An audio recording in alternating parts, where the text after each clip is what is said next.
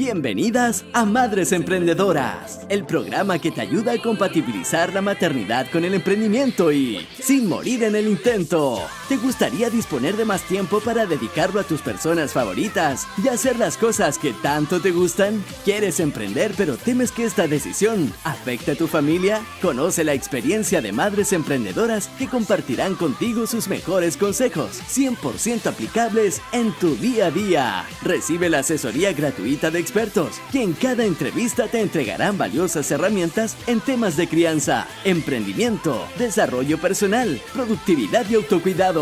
Comienza este episodio con Vanessa Jiménez, madre y emprendedora, quien te acompañará en este camino hacia la armonía ideal entre maternidad y emprendimiento.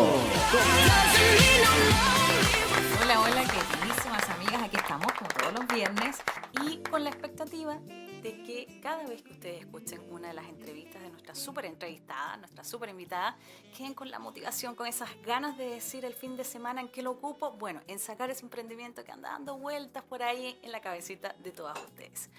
Hoy tenemos una entrevistada que aquí está con nosotros, es Evelyn Aguilera. Hola Evelyn, ¿cómo estás? Hola, muchas gracias por la invitación. Estoy muy feliz de estar aquí. Qué bueno, les voy a contar, incluso me voy a apoyar porque es mucha información. Mire. Evelyn es psicóloga, calígrafa, documentóloga, magíster en documentoscopía de la Universidad de Barcelona, escritora, conferencista internacional en el área de psicología, neuroescritura y ciencia forense, pero principalmente una apasionada de la escritura, la conducta humana y el aprendizaje, ¿cierto? Exactamente. Muchísimas gracias por la presentación. ¿De dónde viene esta pasión de escritura, aprendizaje, conducta? Mira, todo esto empezó en el colegio, cuando yo era muy pequeña. Bien, yo estaba en un colegio que se llamaba Francisco Arriarán, un colegio de la Sociedad de Instrucción Primaria, y recuerdo tener una profesora que se llamaba Gladys Antesana, que era mi profesora de inglés, que un día ella vio mi cuaderno y me dijo, mi letra era muy ordenada, pero estaba muy inclinada hacia la izquierda. Entonces me dijo, Evelyn, si tú quieres ser más autónoma, si quieres mostrarle al mundo todas tus capacidades, tú deberías verticalizar tu letra y tornarla quizás hacia la derecha. Yo era bien obediente y yo de verdad que sentía que tenía que mostrarle al mundo mis capacidades, pero que estaba como encapsulada en ese entonces. Le hice caso y efectivamente hubo una Evelyn que cambió significativamente. Y pasé a ser como la más distintiva del colegio sin querer arrogarme ninguna potestad. Te digo sinceramente que fue así. Posteriormente, cuando me salí del colegio, me fui al Liceo 7, ahí tuve otra gran profesora que se llamaba Alba Price y ella nos hacía clases de castellano en ese entonces. Aparte que nos hacía vibrar con el Quijote de la Mancha, también nos enseñaba que en la medida que nosotros reestructuráramos nuestra letra, íbamos a conseguir mejorías conductuales significativas. Entonces ella fue la que me introdujo en el tema de la grafología y eso me encantó. Entonces, esa es la génesis. Ahí se estableció la semilla y mi gusto por el tema de la escritura. Es decir, dos súper profesoras que sí. te Me marcaron. Sí, indudablemente. te marcaron. Me marcaron. Y fíjate tú que yo cuando salí del colegio, yo rendí la prueba de aptitud en ese entonces y quedé en ingeniería comercial, pero tuve un problema de salud importante que me tuvo fuera de las pistas académicas durante un año, y ese año para mí fue súper significativo porque me hizo repensar que yo no podía estar estudiando una carrera que tuviera vinculación con lo que solamente el mundo quería de mí, sino que tenía que estudiar algo que realmente me apasionara. Y ese fue el momento en que yo dije, me gustaría estudiar algo relacionado al grafismo. Entonces ahí decidí, pero fue como consecuencia de una enfermedad que me tuvo siempre cuestionando el por qué me pasó eso. Entonces, finalmente yo dije, tengo que buscar algo que realmente me haga mucho sentido y me haga feliz. Entonces, ahí decidí irme al extranjero y estudiar grafología y pericia caligráfica y documentológica. ¿Y qué tiene esta carrera, qué te pasa cuando tú ves letras, cuando ves un escrito? Mira, lo que pasa es que, bueno, al principio tiene como un algo místico, como un algo esotérico pareciera ser, porque evidentemente si tú te enfrentas a una muestra gráfica y empiezas a decir cosas, la gente como que piensa que tú eres casi como una pitonisa o sí, que tienes capacidades extrasensoriales, pero la verdad es que no es así. Cuando uno profundiza en la escritura, se da cuenta que el que escribe en rigor no es la mano, sino que es el cerebro. Por lo tanto, para hacer una explicación así muy concisa, cuando nosotros analizamos la escritura, analizamos todo el historial psíquico del sujeto y todos los procesos cognitivos que están a la base. Por lo tanto, la escritura es la materialización del cómo pienso y del cómo siento. Entonces, lo que tú aprendes es a decodificar ese proceso y a comprender a través de una acción concreta, que es la escritura, qué es lo que le pasa a la persona.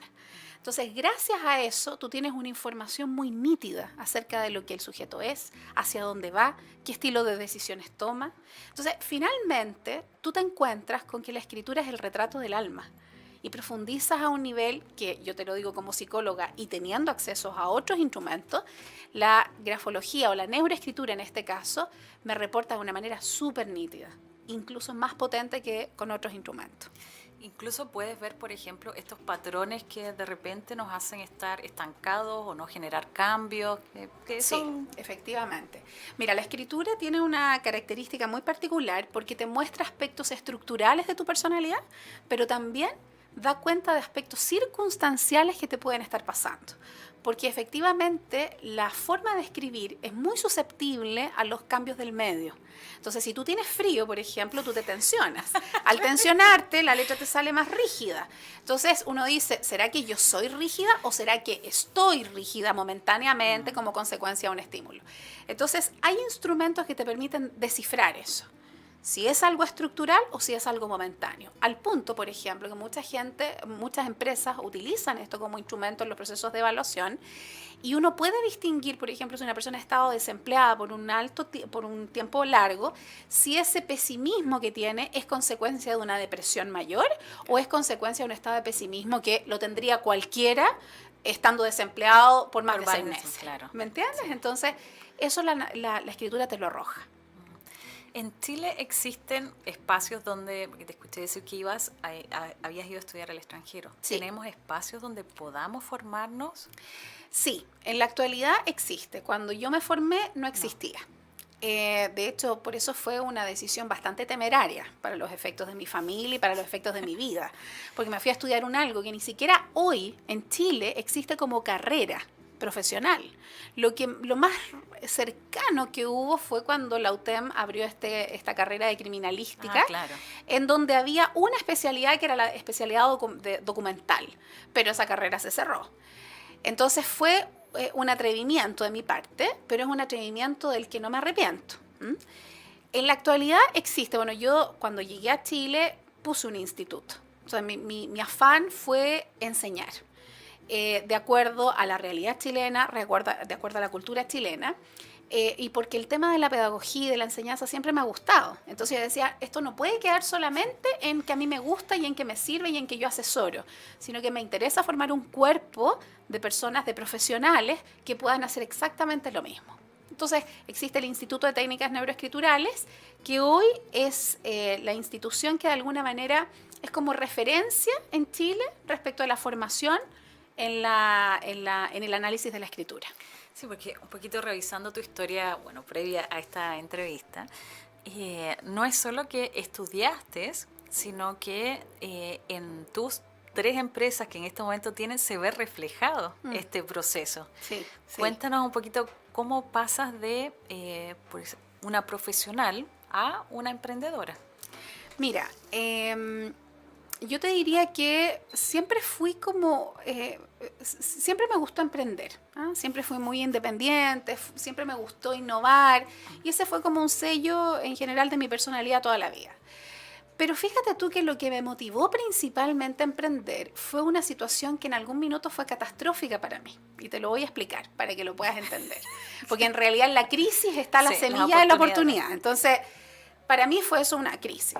Yo cuando estudié en el instituto, en el INSIC, que es un instituto de formación pericial que se encuentra en Galicia, en España, yo estudié una carrera que en ese entonces allá era una carrera muy técnica y muy prolija en términos periciales y forenses. Y la grafología era considerada como tal. Pero cuando yo llego a Chile y se instaura la reforma procesal penal, en que todos los peritos tienen que ejercer pueden ejercer desde distintas disciplinas. Yo me inscribo en la Defensoría Penal Pública y tengo que comparecer como perito en los tribunales de justicia. Y tuve que hacer algunas pericias grafológicas. Y yo te diría que esas experiencias de las comparecencias en juicios orales han sido una de las experiencias más dramáticas que yo he tenido que solventar. ¿Por qué? Porque se me trataba casi como si fuese una bruja. Los abogados, tanto fiscales como defensores, hacían preguntas muy complejas respecto de mi ejercicio. Me decían, por ejemplo, ¿y tú cómo es que puedes ver el tarot con esto? ¿O es como ver el tarot? Es como, a ver, pero ¿y qué está haciendo usted aquí? Yo era la bruja de los tribunales. Es decir, como en su defensa, por así decirlo, ocupaban la desvalorización como ataque. Claro.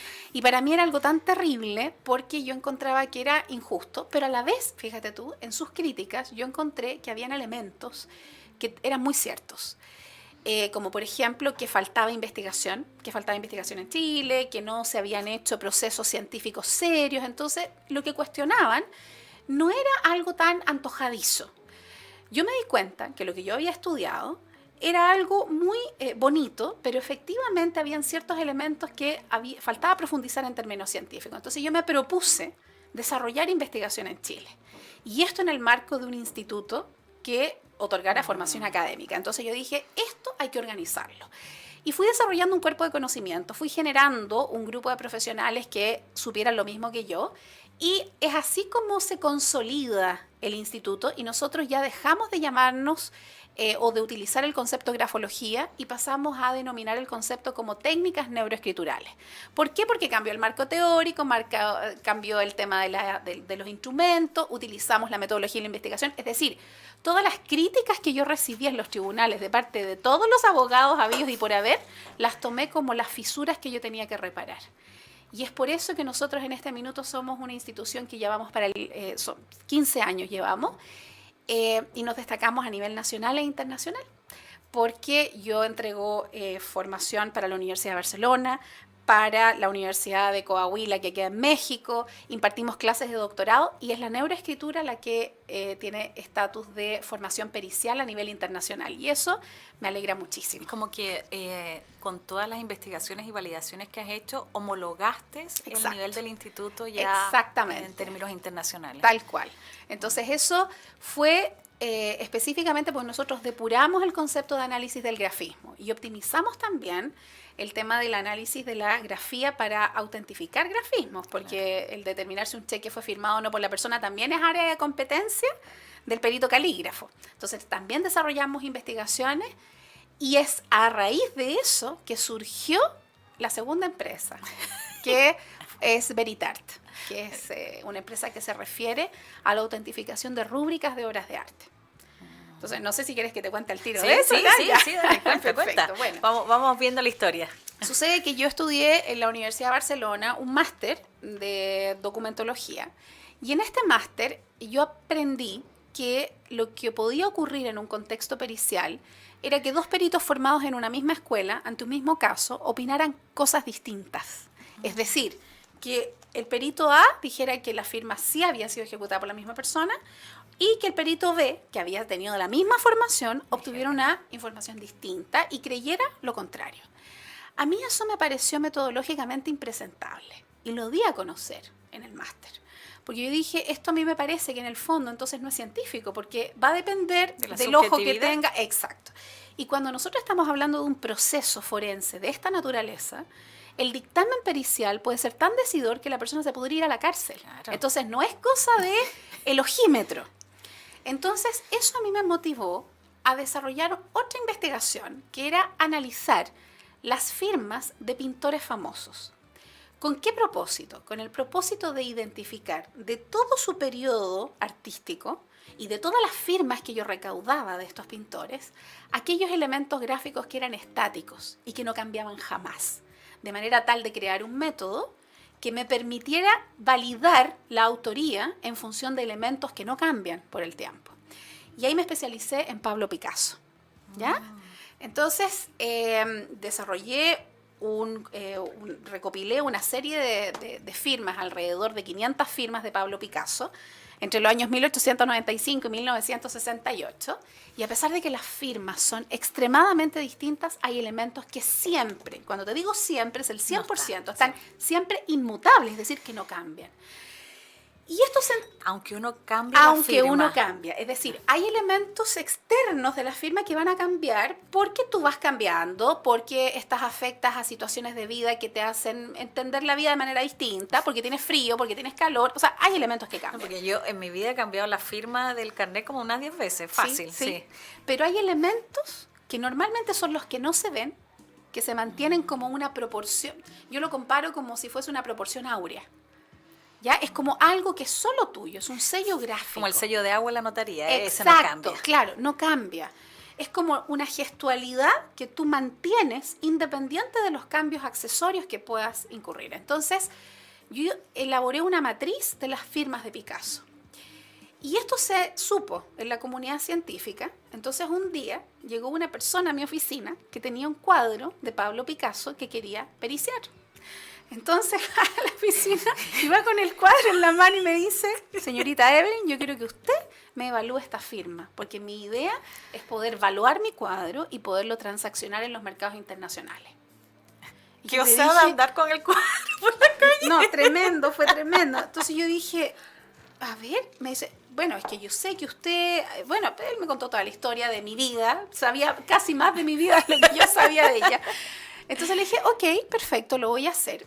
Y desarrollé esta investigación en este cuadro y resultó que todos los parámetros eran confiables y esa firma era atribuible a Pablo Picasso. Pero cuando nosotros decimos que la firma es atribuible a un sujeto, no significa que la obra lo sea. Porque ¿qué tal si lo hizo un amigo de Pablo Picasso y él después estampó la firma? No significa que la firma lo responsabilice del acto en sí.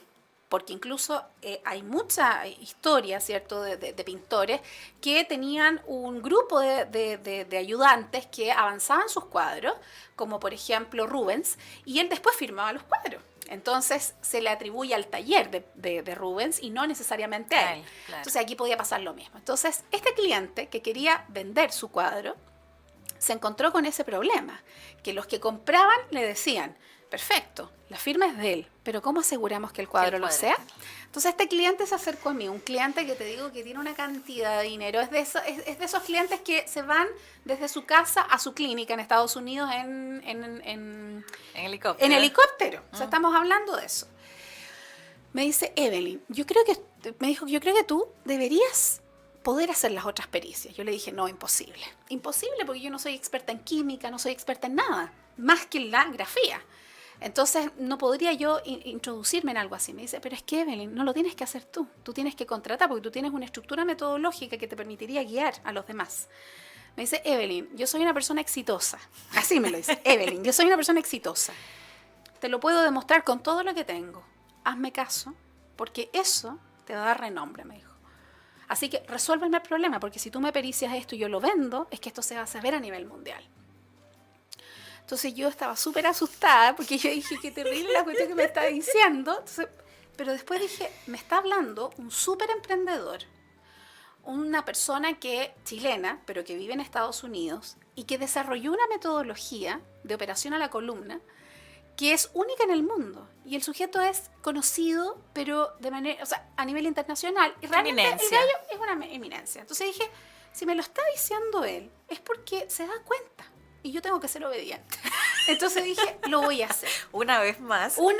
La obediencia te tiene. Sí, es que hay que saber escuchar a los que saben. Sí, hay que seguir ciertos consejos, y eso es cierto. ¿Y sabes qué es lo que hice? Yo dije, ok, empecé a investigar y no había una institución a nivel, al menos aquí en América, incluso en Estados Unidos, que expertizara en todos los criterios que yo necesitaba expertizar. Entonces dije, yo tengo dos posibilidades. Puedo contratar a personas, a profesionales, o puedo vincularme con instituciones, de tal manera que respalden más y le den más solidez a los resultados.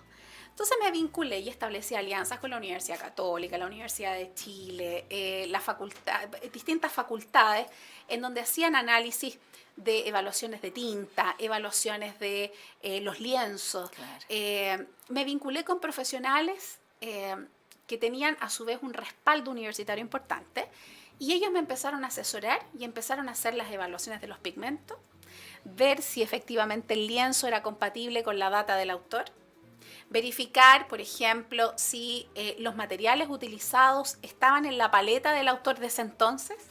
Entonces así generé un equipo. Y ese equipo me asesora no solamente en Chile, sino que en otros países. Y es así como surgió Veritart. Bueno, el tema es que ahora ya hemos periciado muchas obras de Picasso. De hecho, en este minuto tenemos un litigio con el Comité Picasso para que validen las obras que nosotros hemos validado en esta institución, porque están todos los argumentos científicos que acreditan que son de él y de otros autores. Me ha tocado tener en mis manos cuadros de Pedro Pablo Rubens, de Lucas Cranach, de muchas, de Degas, etcétera, así como muchas falsificaciones. Entonces, la gente ahora me contacta no solamente para identificar la firma, sino que para expertizar el cuadro. Claro. Y le hice caso al caballero. me resultó. Sí. Y esto todo partió por el análisis del grafismo. ¿Te fijas? Entonces, es una cuestión impresionante. Y me gusta contar la historia porque uno se va dando cuenta cómo es que en la vida van confluyendo ciertas personas que son clave. Y uno tiene que saber escuchar. O sea, y uno no puede tomar decisiones en base al miedo o en base a la debilidad. Uno tiene que tomar decisiones en base a la fortaleza. Entonces yo en ese entonces dije, a ver, él es una persona exitosa. Es una persona que le ha demostrado a todo el mundo que lo que él hace le funciona. Está verificando que algo que yo hago realmente es de calidad mundial. Me lo está diciendo y me está dando una idea. Pero es que sería estúpido no acceder a ese. Claro. Entonces dije, lo voy a tomar por mucho miedo que me dé.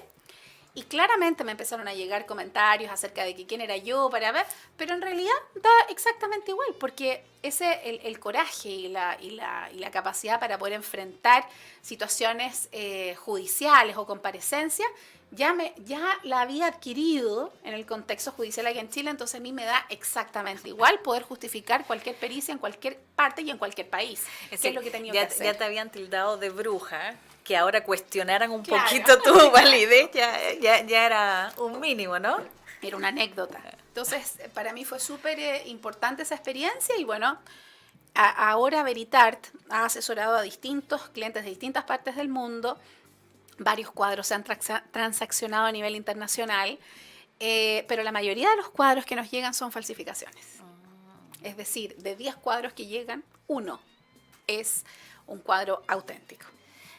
Y esto de curiosidad, ¿te contratan los que quieren comprar o los que quieren vender? Ambos, porque los que quieren vender normalmente son personas que tienen algún cuadro que no han expertizado. No obstante, han recibido por medio de herencia y no siempre esos cuadros están respaldados por documentación que justifique la proveniencia del mismo. Entonces, para poderlo vender, necesitan inevitablemente expertizarlo. Ese es un universo de clientes. Pero también hay otro universo de clientes que son aquellos que compran y necesitan asesorarse de expertos que les digan si lo que van a comprar es un riesgo o no en términos de compras artísticas. Y ahí también nos contratan. Entonces, son los dos universos de personas. Es decir, los dos están buscando certezas y garantías. Los dos están buscando certezas, sí. Claro. Y eso permite que las personas también puedan evaluar su colección y eso genera una serie de beneficios. En Chile no se trabaja tanto porque no son tantas personas las que tienen obras que justifican una expertización como esta, porque estas son expertizaciones muy caras. Claro. Entonces tienen que ser obras de pintores famosos, de la talla de Picasso, de la talla de Renoir y ese tipo de cuadros, ¿me explico? Porque si es un cuadro que vale $100,000 y la pericia vale un tercio de eso, no necesariamente vale la pena. Exacto, claro. Entonces, eso es. Entonces, siempre nuestros clientes están más que nada en el extranjero. Pero aquí en Chile tenemos nuestra metodología y contratan la metodología de chilenos, porque Veritart es chilena y tiene un equipo de chilenos al servicio de esta necesidad a nivel internacional. Y eso me hace muy feliz. Sí, buenísimo que nos expongas al mundo desde la calidad de de trabajadores, de profesionales, de investigadores. Eso es súper valioso en todos los ámbitos. Sí, y eso me gusta mucho porque yo soy patriota y me gusta decir que soy chilena. Pues porque hay todo un historial, hay un historial familiar y todo que es parte constituyente de esta historia. Entonces, yo creo que eso hay que mencionarlo. Entonces, estas fueron empresas que se dieron una después de la otra, ¿sí? No anduvieron por carriles en paralelo. Exacto. Pero hay una tercera. Sí. Me llegué a cansar, me voy a soltar el pelo, así como para allá. A la Gloria Trevi. Sí. Sí, hay una tercera, pero esto tiene que ver más con una historia familiar. A ver, yo tengo hartos hijos, ¿ya? En todo este proceso de estudio y todo, nunca rehuí la posibilidad de ser mamá. Y la verdad es que lo viví a concho, a tal punto que tengo 6 hijos, ¿ya? La mayor tiene 23 y la menor tiene 8. Entonces sí, van de arriba, hay de todas las edades. Tengo necesidades desde la básica hasta ya casi que están egresando en la universidad. Entonces, ¿qué es lo que ocurre? Yo siempre me ha gustado, te lo dije desde un principio, innovar. O sea, hay algo que yo no tolero, que es quedarme en la realidad estática. Si algo pudiera definir mi vida, yo diría que me encanta el cambio dinámico y me gusta surfear. Entonces, yo si puedo surfear, lo hago, y si puedo optimizar algo, lo hago. Entonces yo me di cuenta que todos mis hijos crecieron bajo la misma premisa, también acompañados de mi marido, que él opina igual que yo. Ah, qué bueno. ¿Bien? Entonces, y gracias a su apoyo, es que también he podido hacer todo lo que he podido hacer, porque sin él hubiese sido imposible, te lo digo literalmente, porque no se podría. Entonces, nosotros los metimos al colegio tradicional y nos dimos cuenta que de acuerdo a la forma como ellos eran, de acuerdo a sus estilos de inteligencia y de acuerdo a los resultados que estaban obteniendo, el resultado final no era bueno. Una de mis hijas, la mayor, era una lumbrera en el colegio.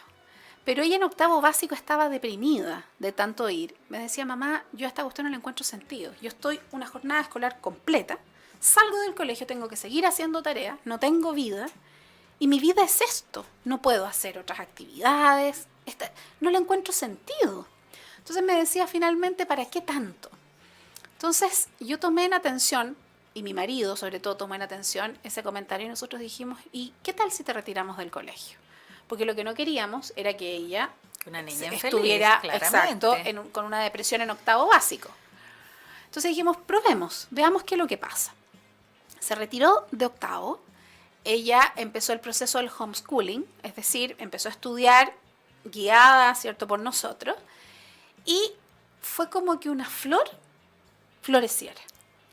Es como que es como que apareció una otra persona. Podía avanzar lo que en el colegio avanzaba en una jornada escolar completa, lo hacía en 4 horas y le quedaba toda la tarde libre para hacer actividades físicas, para estudiar un segundo idioma, etc. Y lo encontramos tan fascinante que dijimos que esto es otra cosa. Además, que ella empezó a desarrollar habilidades que en el contexto escolar no podía desarrollar, como por ejemplo el no tener que trabajar en función de una nota, sino que en función de su propio proceso de aprendizaje. Y eso es súper valioso porque esa automotivación. Claro, porque yo un 7 me lo puedo sacar porque memorizo cabalmente una materia, pero eso no significa comprensión. ¿Me entiendes? Entonces, claro, es distinto eso a decir, a mí me interesa aprender. Entonces, dijimos, esto es maravilloso, listo. Mi segundo hijo era al revés de mi hija. Mi segundo hijo era de los que te citaban. Sí, todo el tiempo. Y de los que echaban, de los que expulsaban. Entonces yo decía, qué terrible, Dios mío, que me tocó una con una característica tan positiva y el otro con una característica tan, comillas, negativa en lo académico, pero era, y hasta el día de hoy, una persona extremadamente simpática, agradable, bueno, para ser amigos, etc. Pero él tenía el problema de que siempre los profesores lo estaban achacando constantemente. Le decía, usted así no va a llegar a ninguna parte, usted casi como que es un perdedor. Matándole la autoestima. Exacto. Entonces yo dije, y con mi marido conversábamos, dijimos, esto no lo podemos aceptar. O sea, nosotros somos responsables de formarlos. Entonces no podemos pensar que esto es un algo que vamos a pasar por alto y tampoco podemos pretender que les cambiar a los profesores porque sus estrategias y sus técnicas ya las tienen adquiridas. Vamos a hacer lo mismo, lo vamos a retirar del colegio. Y si yo te dijera que lo de Valentina, que fue mi primera hija, que fue como un florecimiento impresionante, fue como la evidencia de que la plasticidad neuronal efectivamente existe. De hecho, desde ese minuto le llamamos el niño plasticidad neuronal, porque pasó a ser otro. Súper motivado. Mira, quedó en la universidad al tiro, está estudiando en este minuto lo que quiere, quedó en una muy buena universidad.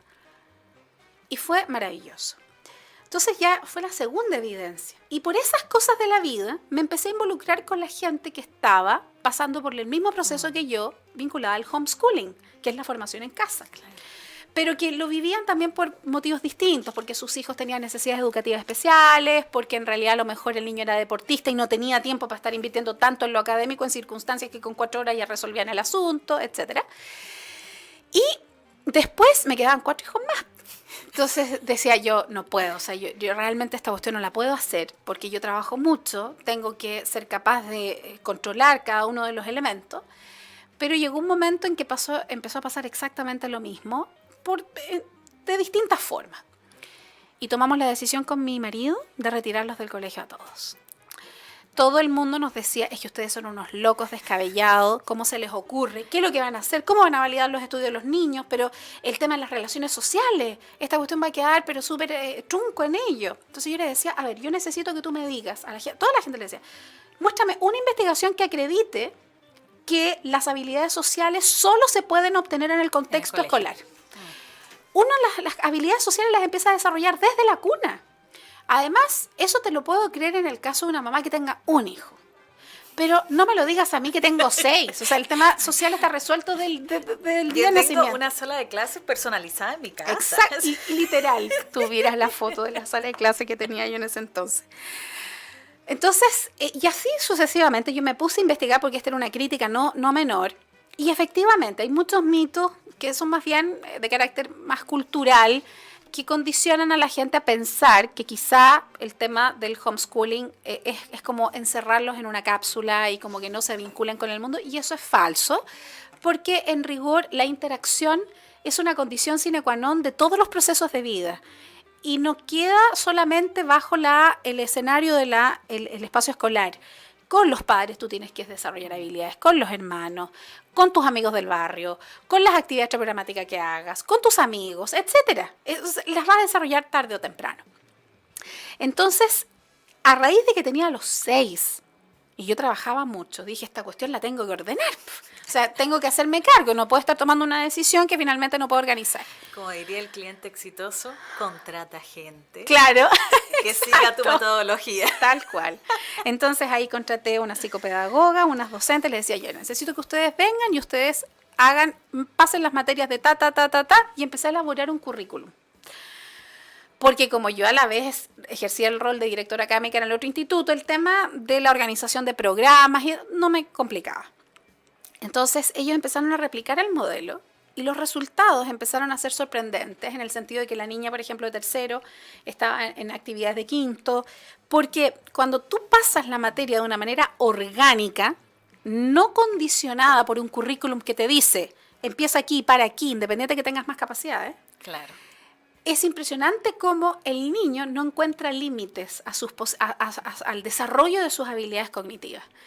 Entonces yo dije, esta cuestión realmente es maravillosa. Esto me gustaría poder hacerlo. Funciona. Sí, me gustaría realmente poder hacerlo, pero a nivel colegio.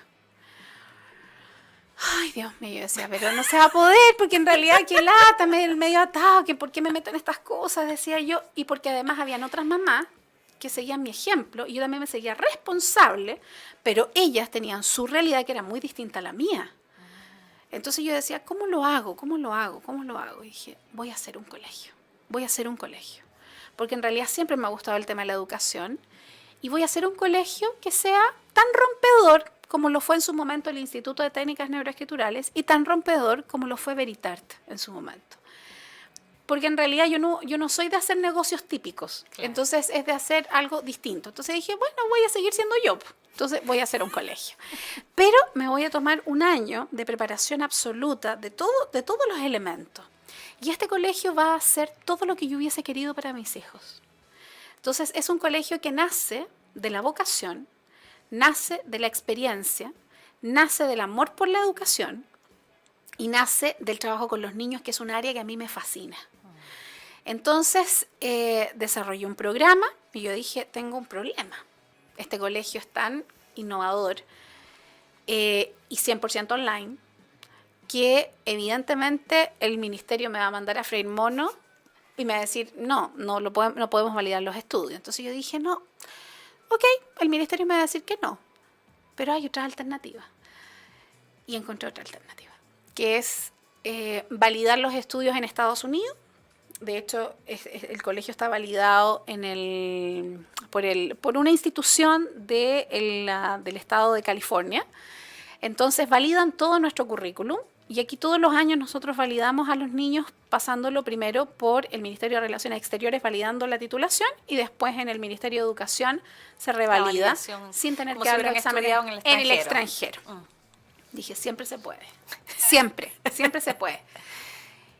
Entonces ahí se generó esta nueva figura, porque yo dije, en realidad yo no me tengo que circunscribir a Chile, o sea, Chile es una posibilidad, pero hay cientos de niños que tienen la misma necesidad en distintas partes del mundo que también van a querer acceder a mi colegio. Entonces, ese colegio comienza hace 2 años atrás y empezó al principio, yo no quería ni siquiera matricular, yo decía, no, déjame que esta cuestión quede bien, porque yo me comprometo con una familia. Si pasa algo, que sea con mis hijos. Exacto, o sea, yo me comprometo con una familia, imagínate, yo no le puedo decir a la familia, sabe que terminó el diplomado, no nos vemos jamás, o cierro las puertas de mi empresa. Yo no puedo decirle eso a una familia que confía en un proyecto educativo para su hijo. Entonces déjame afinar todos los detalles, porque todo el mundo me decía, ya, ¿y cuándo las matrículas así? Yo decía, espérate. Entonces, el año pasado ya se incorporaron los primeros estudiantes formales y este año ya las matrículas están abiertas con tuti, pero solo para primaria. Es decir, dije, todavía no secundaria, déjenme que tengo que controlar también algunos elementos, porque a mí me gusta el servicio de calidad. O sea, para mí la excelencia es un criterio que está siempre en lo que hago, es como una máxima de vida. O sea, si no voy a poder hacer algo excelente, prefiero no hacerlo, es literal. Claro. Entonces, me interesa que la persona se sienta bien atendida, que pueda este proceso desarrollar y potenciar sus talentos, porque yo lo vi en mis hijos y sé lo gratificante que es para los niños como para las familias. Entonces, en este minuto, dirijo un colegio. Yo tengo la pregunta que yo creo que nos estamos haciendo todas. 3 empresas, 6 hijos, investigaciones, conferencias. ¿Cómo lo haces? Mira, primero que todo, esto es imposible que el ser humano, las cosas que haga o las cosas que hace sean atribuibles solo a su accionar en la vida. No, siempre uno está afecto a una red, ¿ya? Y una de mis mayores fortalezas, yo diría, es que tengo una familia que me apoya. Dentro de esa familia, principalmente está mi marido, ¿ven? Él me ha apoyado en todo. Nosotros nos conocimos a los 14 años. Yo tenía 14, él tenía 17. No nos hemos separado jamás. Estamos hasta el día de hoy juntos. Y hemos generado una dinámica de cierta lealtad y de apoyarnos en estas, yo te diría en estas cruzadas, muchas apostolados también podría llamarse, o cosas distintas, coincidimos. Yo diría en ya eso. que evangelizaciones, porque Claro, ustedes están partiendo aquí a promover un discurso nuevo que genere cambios. Y él me ha apoyado en todo el proceso y a mí tampoco me ha costado nunca ser mamá. Es decir, a mí siempre me fue muy natural ser mamá, amamantar, criar. Era como una prolongación de mí. Entonces yo estaba, me acuerdo, con mi guagua dándole pecho, la otra que la tenía en el andador y la movía, qué sé yo, con el pie, el otro que estaba en el coche, y mientras uno se quedaba dormido, yo tipeaba en el computador. O sea, yo podía hacer esas cosas. Y era así, y estuve acostumbrada a estudiar con llanto, con ruido, con pañales, con esto, y hacer más cosas, y que eso no fuese un impedimento. Entonces yo llegaba a acuerdos con ellos. Yo les decía, a ver, espérenme, ¿ustedes qué quieren? Ustedes saben que yo soy muy ocupada. tengo dos posibilidades. Desaparezco porque me voy de la casa a trabajar afuera y no me van a ver jamás, solo cuando llegue en la noche y van a estar medio dormidos. O yo me quedo acá, trabajo con ustedes, pero trabajamos todos juntos. Claro. Trabajamos todos juntos. Exacto. Entonces ellos aprendieron a trabajar y a llegar a acuerdos. Entonces yo les decía, espérate, un cliente. Entonces yo atendía al cliente todo, y cosas así. Entonces invertía harto tiempo con ellos y he estado mucho tiempo con ellos, pero porque ellos fueron compañeros míos. Y hay el apoyo de mi marido, obviamente, que él también dirige las empresas, porque yo me dedico al tema más académico y yo te diría como sustento la idea. A la creación. Pero él, sí. Él implementa. Exacto, y él dirige, porque él es ingeniero comercial, él entiende todo. A mí no me hablan de esas cosas. Yo en contabilidad, eso si hay una parte que no funciona en mi cabeza, es eso, ese tipo de temática. Pues no funciona. Entonces, él hace todo lo que yo no puedo hacer y lo hace perfecto. Entonces, se puede en la medida que hay una alianza. Y en ese sentido yo me siento afortunada. Yo diría que es mi mayor fortaleza. Claro. Porque no todos lo podrían contar, ¿te fijas? Pero yo sí lo cuento y aprovecho. Entonces, por eso, de alguna manera, yo trato de retribuir también, porque hay ciertas cosas en las que yo siento que la vida me ha premiado. Y porque sí nomás. O sea, no, porque sí. Ahora, yo no provengo de una familia pudiente, ni tampoco he recibido subvenciones de nada, ni herencia, ni nada. Todo ha sido juntando peso a peso y todo ha sido en general recibiendo respaldos y apoyos del extranjero, más nunca de Chile. Fíjate tú. O sea, es acá donde yo nunca he podido acceder, por ejemplo, a un fondo de investigación, o nunca, ha sido muy difícil, porque aquí la lógica es distinta. Por lo tanto, yo soy mucho más conocida en el extranjero que acá. Pero me da igual, porque en realidad no lo hago por eso. Pero te cuento la paradoja, porque claro, igual es una paradoja que tiende a ocurrir y tiende a repetirse con otras personas también. Pero lo hago con gusto. Lo hago con gusto y me gusta y lo disfruto y soy así. De repente me dicen, pero no te cansas. Sí, pero también duermo, entonces, y tengo la suerte de dormir bien. Entonces, si yo duermo 5 horas, son horas bien dormidas. Y es como eso.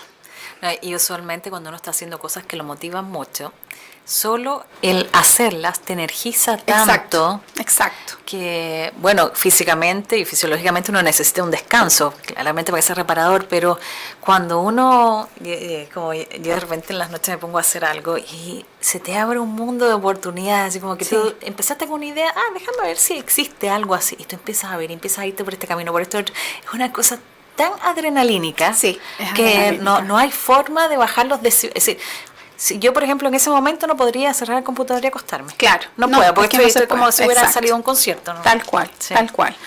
Es así, sí. Y yo pienso exactamente lo mismo. Mira, yo quiero, esto que quiero dejarlo así como súper patente para todas las que nos enfrentemos en los procesos de emprendimiento. Tú has tenido muchas críticas. Críticas que no han sido de la sobrellevable, así como, no tienes flujo de caja, o no te resultó el trámite, ¿no? Esas cosas así como normalmente en las empresas uno vemos. Y de todas las críticas lo que has hecho es decir, momento, te las voy a rebatir y te las voy a rebatir con argumentos. Exacto, y para eso están las investigaciones. Y entonces después probablemente esa persona que te ayudó al abrirte esta posibilidad de rebatir su objeción, ni siquiera hay que discutir con esa crítica porque tus hechos lo avalan. Claro. Entonces, y además que, bueno, al principio yo me sacaba casi como las mechas. Yo decía, qué terrible, Dios mío, qué terrible que esta persona me diga estas cosas. Yo no lo soportaba. Pero después dije, yo no puedo quedar tan mal después de una crítica, porque claro, yo puedo decir, pero tanto que me he esforzado, tanto que he estudiado, esto es injusto, además no sabe que tengo tantos hijos, ¿cómo me critica tanto? Entonces yo decía, encontraba que la vida era injusta, pero un día dije, no, en realidad el que te critica te adelanta tareas porque te muestra una fisura, que tú tienes 2 opciones, no reconozco la fisura o digo, ¿sabes qué? Sí, porque si por algo me estás criticando, o sea, la crítica no viene porque sí. Entonces, lo puedo tomar, probablemente hay una fisura, llenemos la fisura. Entonces, para mí como política es crítica, lo primero que hago es escuchar. Lo primero, y es una cuestión natural. Escucha, ¿qué me está queriendo decir? Y puede que a lo mejor yo esté haciendo las cosas bien, pero a lo mejor estoy proyectando algo que promovió esa crítica. Entonces también tengo que corregir algo. Y considerar que una persona lo dice, pero muchas otras pueden estarlo viendo y pensando. Exactamente. Entonces no le estamos contestando solo al que nos criticó, Tal cual. sino que estamos ya mostrando una solidez y un profesionalismo distinto ya a al futuro, al que venga. Lo más probable es que pueda tener otras objeciones. Pero Exacto. ya esta no. Claro, Ya esta claro, no, ¿eh? tal cual, Claro. exactamente. Y además que uno no tiene por qué hacer todo perfecto. Lo importante es que tenga la disposición para seguir, para ir perfeccionando lo que se pueda. Y uno, como es un ser social, debe escuchar lo que pasa en el contexto de las interacciones humanas.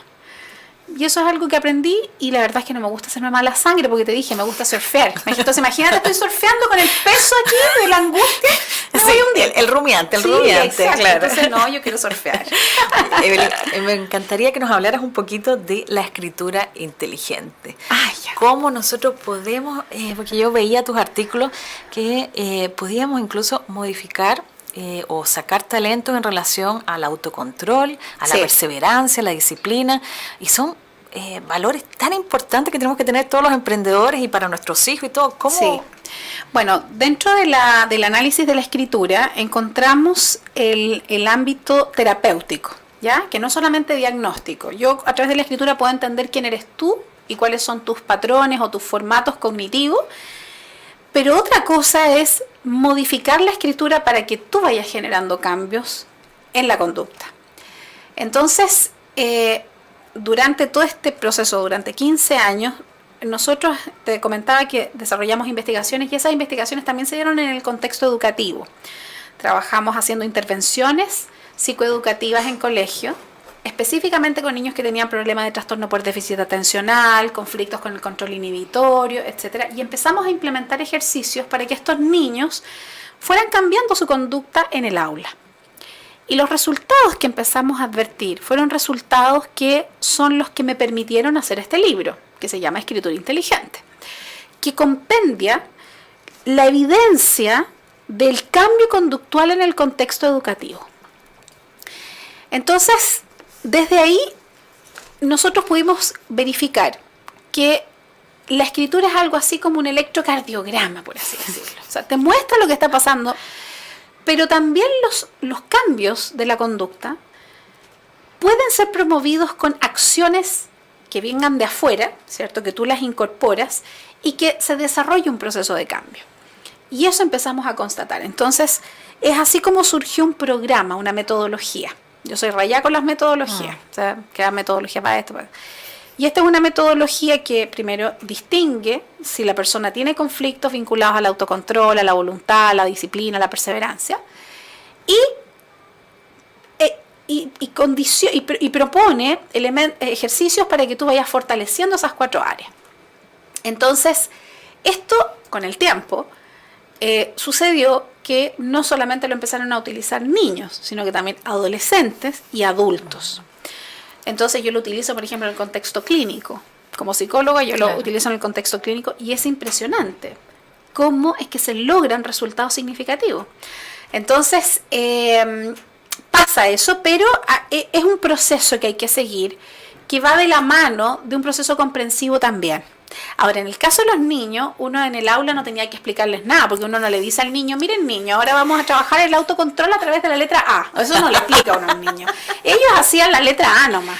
Nosotros sabíamos que en el fondo estábamos trabajando 4 competencias fundamentales de la conducta, que es autorregulación, autodisciplina, voluntad y perseverancia. Pero en los adultos, para que no le pierdan sentido el ejercicio caligráfico, es necesario decirle cuál es el objetivo, hacia dónde vamos. Entonces se logran cambios interesantes. Y eso todo lo tengo plasmado en el libro Escritura Inteligente. Buenísimo. Y si tuvieras que darnos algunos tips en términos generales a todas las madres y emprendedoras que te escuchan, ¿qué nos dirías? Mira, yo te diría que dentro de todos los escenarios de investigación en las que he podido participar, yo me he dado cuenta que las poblaciones humanas más conflictivas, ya sea porque tienen diagnóstico de patologías de la mente, trastornos de personalidad, son sujetos que han transgredido la norma y están pagando condena por algún delito, niños que tienen severos problemas en el aula, disruptivos, que tienen conflictos, qué sé yo, de control, etc. Todos manifiestan características de irregularidad en la escritura. ¿A qué me refiero con irregularidad? Es como que no se pusieran de acuerdo cuando escriben. Van hacia la derecha y a la vez van hacia la izquierda. Agrandan su letra y de repente la empequeñecen. Ascienden el renglón y de repente lo descienden. Hacen letra cursiva y de repente hacen letra imprenta. Es como que siempre hay dos formatos antagónicos que no se ponen de acuerdo. Entonces el escrito es demasiado vibrante y caótico. ¿Ven? Y a la vez me he dado cuenta que los grupos que mejor se regulan o mejor se manejan en sociedad, justamente lo que tienen es la definición. Si tiene un tamaño en letra, la mantiene. Si tiene una ascendencia o descendencia, la mantiene. Están definidos en el plano. Se ve una línea clara. Se ve una línea clara de acción. Y eso yo te diría que es una recomendación a todo evento. A todo evento. Si tú proyectas indefinición en el escrito, si lo que tú proyectas es ambivalencia, si lo que tú plasmas como el resultado de lo que pasa en tu mente es la contradicción, tu vida es una contradicción y el entorno te lo hace pagar. Cuando digo el entorno te lo hace pagar, me refiero a que la sociedad no responde bien a sujetos impredecibles, no responde bien a sujetos contradictorios. La sociedad prefiere ver a sujetos, por ejemplo en el contexto laboral, flojos pero estables, que a sujetos genios pero impredecibles. Claro. Las empresas prefieren eso, entre otras cosas, porque yo puedo proyectarme con esa característica, pero con un impredecible yo no puedo proyectarme. Entonces la sociedad sanciona, y cuando la sociedad sanciona, el sujeto se frustra. Y si se frustra, genera resentimiento, y así se genera un círculo vicioso. Entonces, la máxima neuroescritural es la definición en la escritura. Si tienes un tamaño, manténlo. Si tienes una inclinación, manténla. Si tienes un estilo de letra, manténla. Pero no vayas transitando de esto para lo otro, porque eso de alguna manera habla de cierta contradicción, y esa contradicción se traduce finalmente en relaciones complicadas, en que el entorno no te acepte bien, en que tú te frustras, en que te llenas de conflicto y de resentimiento, etcétera, etcétera, etcétera. Esa sería como mi recomendación. Bueno, yo sé que este tema da, pero para muchísimo más. Pero para todas quienes quedaron así como con las mismas ganas que yo de saber más, Evelyn nos tiene un regalito. Ay, sí, les tengo. Son 2 regalos en realidad. 2 regalos. Sí. Mira, yo he editado 5 libros, pero de los que puedo regalar es uno del sistema neuroescritural y el otro es escritura inteligente. Entonces yo voy a regalar 2 ebooks que voy a dejar en tus manos para que tú administres con un sorteo, con una encuesta, lo que quieran. Entonces, el libro Sistema Neuroescritural enseña cómo decodificar el grafismo para comprendernos, para saber quiénes somos. Y el libro Escritura Inteligente enseña cómo modificar rasgos de la escritura para mejorar lo que somos. Buenísimo, ahí vamos a terminar de aprender sobre este tema que es absolutamente fascinante. Cuéntanos, Evelyn, ¿dónde te podemos encontrar si necesitamos tu asesoría, si necesitamos la inscripción en la academia o bien en el instituto? Mira, yo creo que lo más fácil es que ustedes en Facebook busquen mi nombre, Evelyn Aguilera Arce. ¿Por qué? Porque en realidad tengo página web y todo, pero son muchas. Entonces en Facebook está como todo. Y ahí sale el link para el instituto, para el colegio, para los libros, etcétera. Búsquenme en Facebook, Evelyn Aguilera Arce. No me pidan ser amigos porque tengo colapsado el tema, pero síganme. Claro. Y al seguirme, ahí van a estar notificados. Ya pasa como a figura pública, entonces uno tiene que seguirte como una página empresarial. Claro, justamente. Así que ahí yo los voy a recibir felices. Y además que siempre estoy entregando contenidos. Estoy entregando materiales para que se trabaje con los niños, para que los adultos también trabajen y vayan desarrollando habilidades cognitivas a través de los ejercicios que yo voy entregando ahí gratuitamente. Sí, eso es muy cierto. En la página están las cartillas que tú descargas de dibujos, de caligrafía. Es decir, es bien útil que le den el me gusta. Sí, así que ahí yo feliz los espero para que podamos interactuar.